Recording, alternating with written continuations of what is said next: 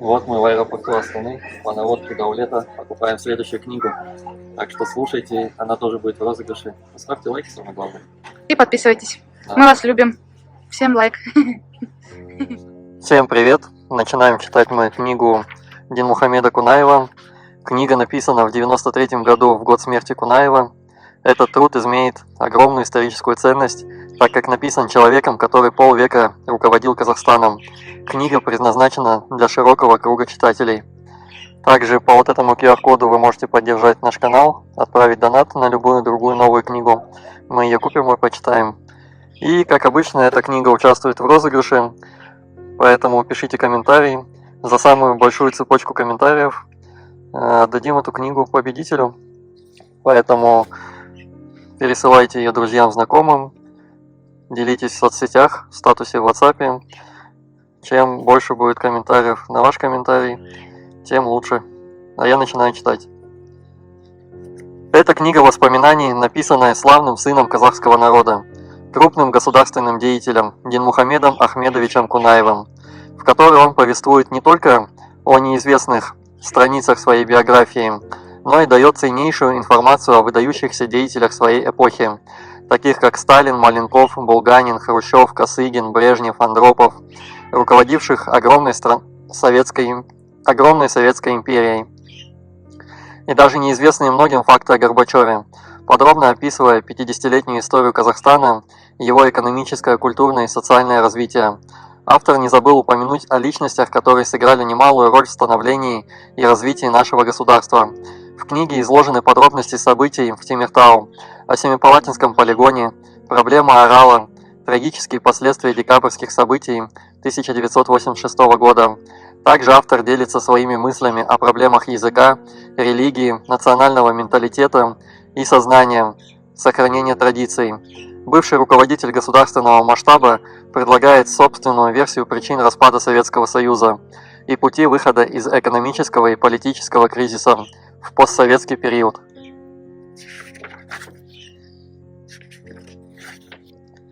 Часть 1. Глава 1. Немного о прошлом.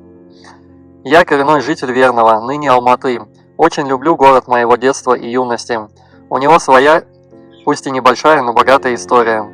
Академик Бартольд еще в XIX веке обнаружил на северном склоне Заилийского Алатау следы древнего казахского поселения Алматы. В 1854 году на его месте было заложено крепостное укрепление Заилийское, переименованное позже в Верное. Выбором места для этого укрепления и строительством крепости по заданию царской администрации занимался майор Перемышльский. В 1868 году Верный приобрел статус города и стал центром Семиреченской области. Тут неоднократно с научными целями бывал первый казахский ученый Чокан Валиханов, известные исследователи Средней Азии, путешественники, географы, ботаники, геологи. Среди них такие крупные ученые, как Семенов-Тиньшанский, Пржевальский, этнограф Потанин, астроном Струве, палеонтолог Мушкетов, художник Верещагин и многие другие. Немало энергии, сил, сметливости, вкуса вложили в обустройство Верного военный инженер Зинков, ученый-лесовод Баум, другие вернинские подвижники и энтузиасты, верившие в счастливое будущее города и всего Семиречья. После революции в 1921 году город получил свое первоначальное имя по предложению Ураза Джандосова, видного партийного и государственного деятеля. В 1924 году он стал центром Семиречья.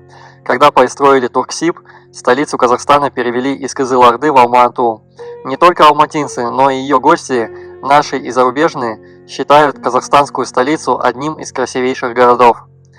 8 декабря 1981 года город-сад отметил рождение миллионного жителя. Каждый человек должен знать свою родословную. Не уходя в глубокую древность, могу только сказать, что мои предки берут свое начало от Байдыбека, джигита старшего Жуза. Сам же Байдыбек, известный своими доблестями воин, защитник народа, был сыном Карашаби, славившегося своей мудростью и справедливостью. Его отцом являлся Батыр-Абак, потомок Уйсына, что подтверждается исследовательскими данными историка Аристова. У Байдыбека было 3 жены. От второй жены появился на свет ребенок по имени Жалмамбет. Наши предки произошли от его сына, Исты. Стало быть, мое ближайшее генеалогическое древо выглядит следующим образом. Жолым, Нурмамбет, Азнабай, Конай, Джетыбай Жумабай, Минли Ахмед, Динмухамед. Мои предки были животноводами и жили на землях, расположенных начиная от территории нынешнего Капчагая и по берегам реки Курты. Частично на правом, а в основном левом берегу реки Или до района Куйгана.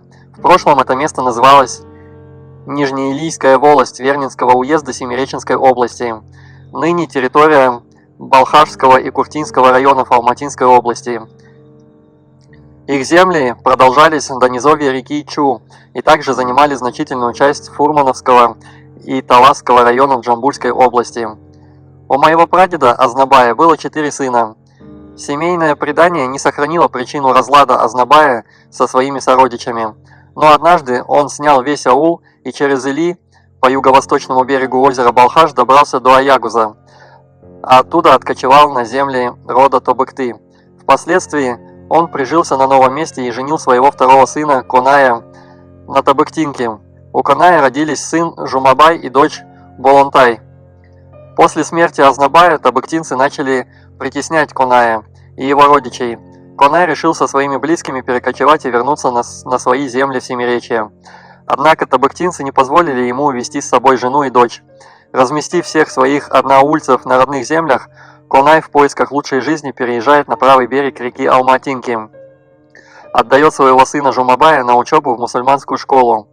Однажды Конай выехал на Курты к родственникам и в пути, как гласит предание, был вероломно убит во время молитвы. Чтобы сохранить род и наследие Коная, жену его умершего старшего брата Бокеша по имени Кырыжилкы отдали замуж за третьего сына Азнабая Шолака. Они и занялись воспитанием моего деда Жумабая. Жумабай хорошо учился в школе, затем поехал учительствовать в родные края. В 1904 году через Турцию уехал в Саудовскую Аравию и совершил паломничество в Мекку и Медину. В 1905 году он вернулся домой через Индию и Афганистан. Хадж Жумабая занял 8 месяцев. В 1886 году у него родился сын Минли Ахмед. Его 14-летнего мальчика Жумабай устроил на работу к алматинскому купцу Исхаку Габдулвалиеву. До Октябрьской революции он работал по найму у этого купца. Мои родители не имели никакого образования. После октября до ухода на пенсию отец работал в сельскохозяйственных и торговых организациях Алматинской области. Сам научился грамотно читать и писать по-русски и по-казахски. Мать Зухра Баировна из бедной крестьянской семьи села Челик, Зайцовка, Челикского района. Родители мои проживали совместно свыше 70 лет. Мать умерла в возрасте 86 лет в 1973 году. Доброй памятью всегда вспоминаю своего дядю, Ахмеджана Баировича Чимбулатова. Он был одним из организаторов комсомола и участником борьбы за установление советской власти в Семиречье, Верном. Затем работал секретарем Алматинского укома Компартии Туркестана, первым секретарем Алматинского горкома партии, первым секретарем Джаркентского укома ВКПБ. Будучи начальником политотдела Каззолота и Омской железной дороги, был незаконно репрессирован. Погиб в 1938 году, затем реабилитирован. Надо сказать, что именно он настойчиво рекомендовал мне вступить в комсомол. Отец умер в 1976 году, не дожив до 90 лет 3 месяцев. Наша семья жила в Верном, на Сарканской улице, в доме Иванова, в Большой станице, где я родился 12 января 1912 года. Через 2 года отец построил небольшой домик на Старокладбищенской улице 39. Она получила свое название, потому что в ее северной части находилось старое кладбище. Сейчас в этом районе расположен вокзал Алма-Ата-2. Впоследствии улицу назвали Вокзальной, затем проспектом Сталина, Коммунистическим проспектом, а ныне это проспект Аблайхана. Наш старый дом, где прошли мои детские годы, давно снесен. На его месте построен большой дом с магазином по продаже электротоваров. Недалеко от нашего дома находилась узбекская мечеть. В дни мусульманских праздников Ураза-Айд, Курбан-Айд отец брал меня с собой в мечеть. Пока шла молитва, намаз, мы тогда 7-8-летние мальчишки забирались на минарет и оттуда с большой высоты смотрели на город.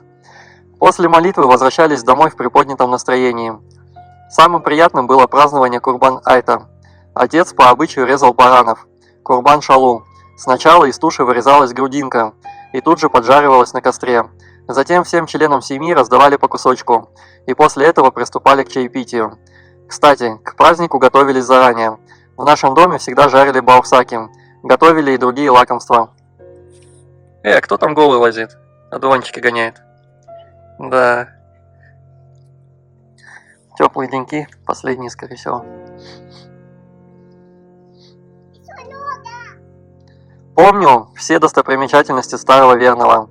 Дом губернатора, здание военного собрания, дом дворянского собрания, кафедральный собор, Покровскую церковь, мечети, купеческие лабазы и магазины, бараки, огороды и сады, глинобитные деревянные дома в один, редко в 2-3 этажа, ни одной асфальтированной дороги.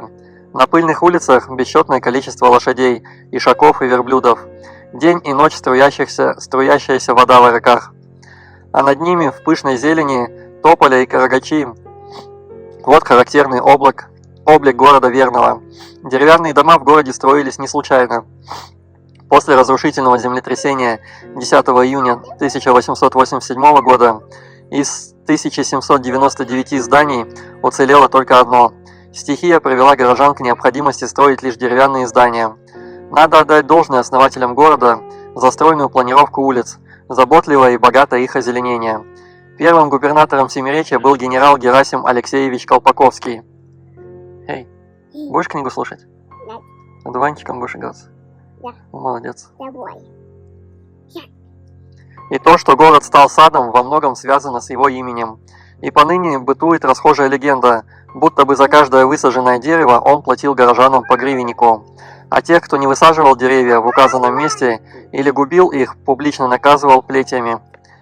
Сопровождавшие генерал-губернатора казаки приговор якобы тут же приводили в исполнение. Это, конечно, выдумка. Более того, на самом деле, высокообразованные люди, Евсей Андреевич Россицкий, поощряли энтузиастов древосажения именными часами и другими ценными подарками, публикуя фамилии лучших в местной газете «Семиреченские областные ведомости».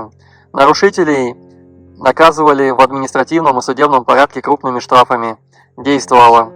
Город, можно сказать, зеленел прямо на глазах. Весь он практически размещался в таких параметрах. Со стороны гор улица Арычная, ныне проспект Абая. С севера станция Алмата-2, с запада Весновка и с востока Пугасов мост, и ниже по речке до Малой станицы. Все остальные за этим пределами огороды, поля, кое для кого и охотничьи угодья. Небольшой был город, но очень своеобразный и шумный. Жизнь ключом била вокруг базаров, с постоялыми дворами, кузнечными рядами и великим множеством мелких лавочек с различной хозяйственной утварью, трактирщиков, харчевин и столовых забегаловок, асхана, в которые зазывали и приглашали отведать блюда национальной кухни или просто горячую свежеиспеченную лепешку. Самым крупным магазином в городе считался магазин купца Габдулвалиева, построенный по проекту талантливого архитектора Зинкова на торговой улице, ныне же Бек-Жолы. Одним торцом здание выходило на Нарынскую улицу. Над его главным входом красовалась подковообразная вывеска, оповещающая, что это торговый дом Габдулвалиева с сыновьями, ныне магазин Кызылтан. А неподалеку от магазина по Нарынской улице находился жилой дом купца. После революции Нарынскую улицу назвали в честь одного из видных революционных деятелей и первых дипломатов молодой Советской Республики, Леонида Борисовича Красина. В городе было несколько кинотеатров, куда алматинцы любили ходить, но кинозалы заметно пустели, когда в Алмату прибывал передвижной цирк и монтировался там, где сейчас расположен центральный рынок. Особый интерес у горожан вызывали выступления известных борцов. Заранее большие афиши крупными буквами оповещали, что сегодня под куполом цирка «Черная маска» единоборствует с остальной маской. Назывались фамилии участников предстоящих состязаний на цирковом манеже. Мы, школьники, очень любили выступления известных борцов и старались не пропускать ни одного представления. Обычно перед началом проходил парад всех участников соревнований и объявлялось, какой приз получит победитель. Большим событием для горожан всегда было выступление казахского поддубного, знаменитого и непобедимого Хаджи Мукана Мунайтпасова в губернаторском саду. Известно, что свою партию на борцовском ковре с великим русским борцом Поддубным Мунайтпасов свел в ничью. Казахский богатырь был очень популярен в народе. Тепло его приветствовали на торжественных в честь 30-летия республики. Сам он в жизни был очень скромен. В годы войны с фашизмом внес посильный вклад в победу, купив на свои сбережения боевой самолет, который был передан молодому летчику Ленинградского фронта Кажетаю Шалабаеву. Самолет носил имя другого национального героя казахского народа, революционера Амангельды Иманова. Примечательно, что до самого конца войны боевая удача никогда не изменяла пилоту этого самолета.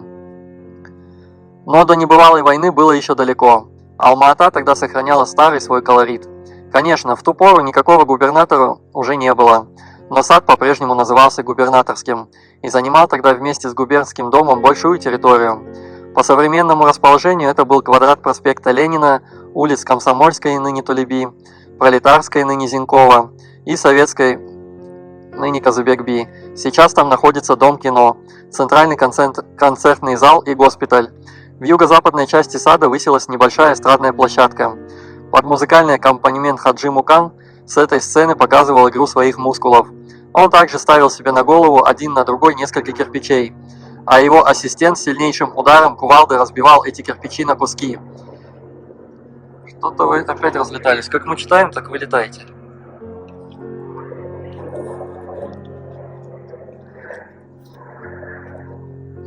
Казахский богатырь свободно удерживал руками и ногами мост, через который на большой скорости несколько раз проскакивала группа джигитов на лошадях. И через этот же мост проезжал водитель на полуторатонной автомашине. Всему этому я сам был очевидцем еще в школьные годы. Учился я в школе первой ступени номер 19 имени Чернышевского, которая находилась на Алматинской улице, теперь Емельево. Позже она была ликвидирована и снесена. После окончания 4 класса учился в 14-й школе второй ступени, которая находилась на территории нынешней кондитерской фабрики. Рахат, скорее всего. Годы учебы в школе запоминаются надолго. Хорошо помню свою первую учительницу, Анну Павловну Шурову, которая учила меня русскому языку и грамоте по букварю. Встретились мы через много лет. В 1955 году, когда я работал председателем Совета министров республики, она позвонила мне и попросила принять ее.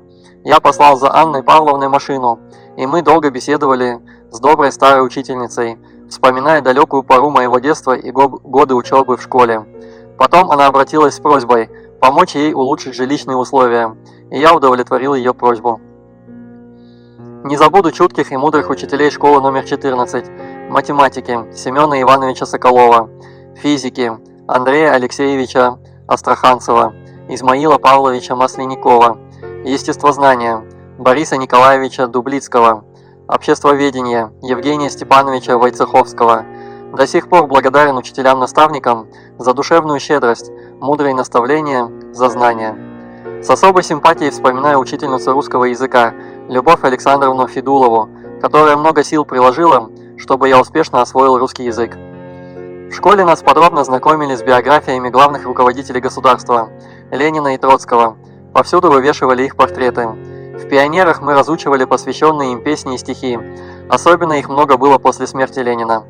Но вот однажды нам стало известно, что Троцкого освободили от всех его постов, выслали из Москвы, и теперь он живет в нашем городе. Понятно, что желание увидеть его было огромным. Однажды кто-то в классе сообщил, что Троцкий живет на улице Гурде в доме номер 75. Возвращаясь из школы, мы всегда проходили мимо этого дома, но увидеть ссыльного жильца нам так и не удалось. Но раз подвернулся случай, и мы сами неожиданно встретились с ним, когда группа учеников возвращались домой после похода на мохнатую сопку в урочище Медео. Это довольно далеко от города, не менее 20 километров. На повороте узкой дороги возле учительской дачи появился Арбакеш, извозчик, с узелками, положенными на телегу, за которой шли несколько женщин. Впереди всех уверенно шел человек в пенсе, с клиновидной бородкой, небольшого роста. Мы без труда узнали по знакомым портретам и фотоснимкам в этом человеке Троцкого. Замерев, почтительно поздоровались. Он ответил на наше приветствие и, не останавливаясь, продолжил со своими спутницами путь в направлении урочища Медео. Потом еще несколько раз доводилось мне видеть его и в охотничьем снаряжении, и неспешно прогуливающегося на улицах. Никакой охраны с ним ни рядом, ни поодаль не было, и как он исчез из города, тоже никто не заметил. Позже, много лет спустя, мы узнали, что Троцкий в Алма-Ате не сидел, сложа руки. Только за апрель-ноябрь 1928 года он отправил своим сторонникам 800 писем и 500 телеграмм. Чем еще запомнилась школа тех лет? Беззаветность, самоотверженность учителей словно током пронизывали нас, и мы, молодые люди, с огромным желанием тянулись к знаниям. Отличником я, увы, не был, но трудные науки постигал с превеликим удовольствием. Учились мы вместе с девушками, нравы в школе были. Конечно, построжее нынешних, жили дружно, во всем помогали друг другу.